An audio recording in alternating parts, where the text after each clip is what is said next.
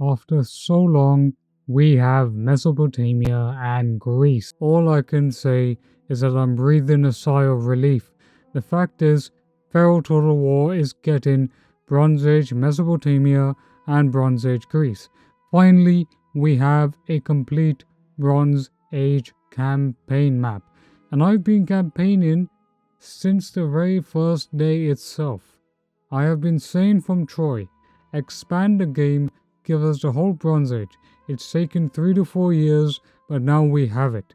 And I, for one, am really happy that we're getting it.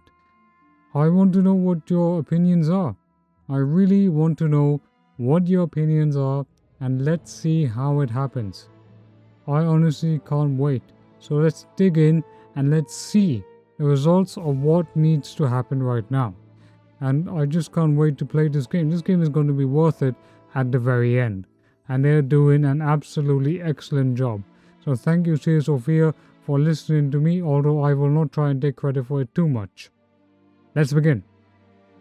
But let's bring it up here. What do we have right now? We have 10 factions. We obviously have the Hittites, the Egyptians, the Sea Peoples, and we've also got this new free update. And they have always wanted to expand the map. Now, to be honest, I was always going on the Discord and I was saying this, that if you didn't add Mesopotamia and Greece, if you ignored the game, this would be the only Total War game that actually even covered the Bronze Age.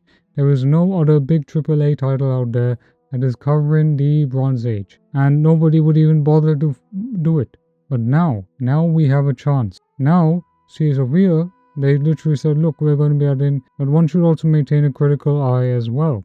Because the criticism could be, alright, you're expanding the map, but you haven't changed much campaign mechanics. You know, it's a very simplified, the family tree is very simplified. Succession might not be that great as you want. Battle mechanics may still be more faster paced. A lot of Total War fans want slower paced battles. At the same time, you have to accept the fact that the way CA is making these games these days, it's meant for more arcade. It's meant for faster paced battles. This happened due to the Warhammer stuff. And I'll be honest with you, I've always preferred slower tactical paced battles than rather fast paced ones, unless if it's a multiplayer match and there's something else. Because in multiplayer it's really fun, right? You can also have fun with slow paced battles as well. But the reason I'm talking about the element of pace, because pace also plays a role in how you play your battles. In Napoleon, they are really fast paced if you play a multiplayer match. If I play a multiplayer match playing Prussia versus, let's say, the French, right? A unit of Old Guard will destroy a single infantry unit within a second. But if I play Napoleon Total War 3 and I have a unit of Old Guard that's fighting against 2 line infantry, the Old Guard could either win or the infantry morale could break. Because in NTW3 everything is based on morale and so on and so forth. The main point I'm trying to make here is that there will be either a balance, because they're going to be bringing a lot of units from Troy. There will be 80 new units for the Mesopotamian factions and 70 reworked units from Troy itself. So some elements of Troy are going to come in the campaign map. And what used to frustrate me the most was they showed Pharaoh's map, alright? But then they showed that there was this empty space of, let's say, Mesopotamia. And then there was this empty space of Greece. And it was like, okay, if you launch a game, you just have these 4 Egyptian lords and you keep on conquering Anatolia, how much fun are you going to have just conquering the all the way same province, and then that's it, right? If you play Rome 2, you can play the campaign as you like, you can play the campaign and you can go and conquer as any faction. Any faction can go and start from XYZ. Granted that the Bronze Age is a kind of a bit limited in the sense that it is a big gigantic map, where you do have lesser factions, but each of these factions are very, brutal, but they also built civilization as well. The Assyrians were the Mongols of the world. The Babylonians were the architects of this world. The Egyptians were the culture bringers of this world. And the Mycenaeans were the traders of this world. That's what I would define it as. And for those that say, oh, Bronze Age is boring, you people need to go and read a book, read the Bible, or read the book 117 BC, the year the Bronze Age collapsed or something. Pick it up. I assure you that Total War Pharaoh is going to be now in a much better scale. because it's not going to replace. Ultimately, the auto campaign map is interesting. It was a bit boring, right? It was a bit boring. So now you're going to get a much more interesting campaign map. Now you'll have more factions to choose from, and this is of course been done for free. But would it have been done for free if the game hadn't really sort of not had a great launch? If they didn't refund, would the game have been more of a paid DLC? Because the best example is the Mythos one. The Mythos DLC should have been a free DLC in my opinion, and the pricing for the Mythos expansion was not that great.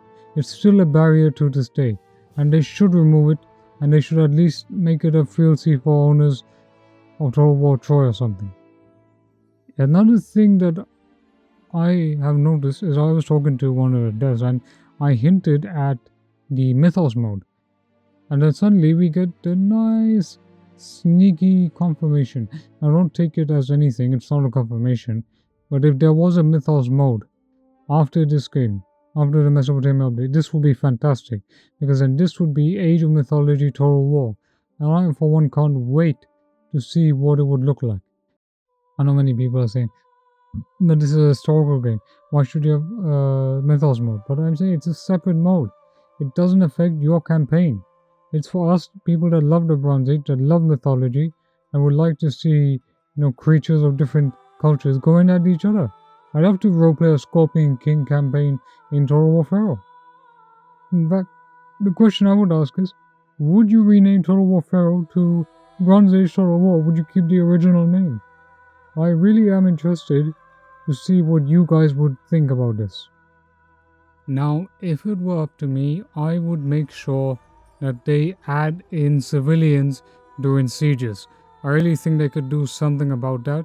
I think that if Attila had it, why can't Pharaoh? Because Pharaoh has the burning fire escalation mechanic, except that you use your troops to burn the entire city, which, while I like, is manually very tedious. At the very same time, I would actually like an actual city map of Babylon. I would actually like to see proper ziggurats, not the Rome 2 models, nothing like that, but I would like to see a proper ziggurat. When I conquer Babylon, it must look like the most stunning city I have ever seen in a Total War game. They already did this with Memphis and Thebes, and I have no doubt that they will do it here as well. I can't wait to see what type of legendary lords and legacies they might add for Pharaoh Total War. I want to see more of the Bronze Age, and this game could be absolutely amazing. With the mythology mode, it would literally seriously be really good. It would, but that depends. I'm saying this to the Total War Pharaoh developers and CA Sophia Studio. You did a fantastic job on a Mythos campaign. Please do something like that for Pharaoh Total War. Please. And I will be making way more content now on this game. Maybe it's not that relevant, but I love the Bronze Age. I love this time period, and I will continue to make more content in the future. So I hope you join me, and we've finally done it. Years of me campaigning. I've been campaigning since day one. Since Troy was announced. And I said at the time then, go and make this game a full Bronze Age sandbox game. They have to, and they had to. I'm just glad, and I'm glad I don't have to make 100 videos saying, please add Mesopotamia and Greece to it. So, I would say thank you to CA Sophia for doing this. And second of all, I can't wait. Now let me know what your thoughts are. Will you pick this game up after the free expansion update? Will you play it? Are you likely to pick it up now? Are you going to wait? What's your thoughts now on Pharaoh Total War? Let me know. Don't forget to leave a like, share, comment and subscribe, and I will see you in the next video.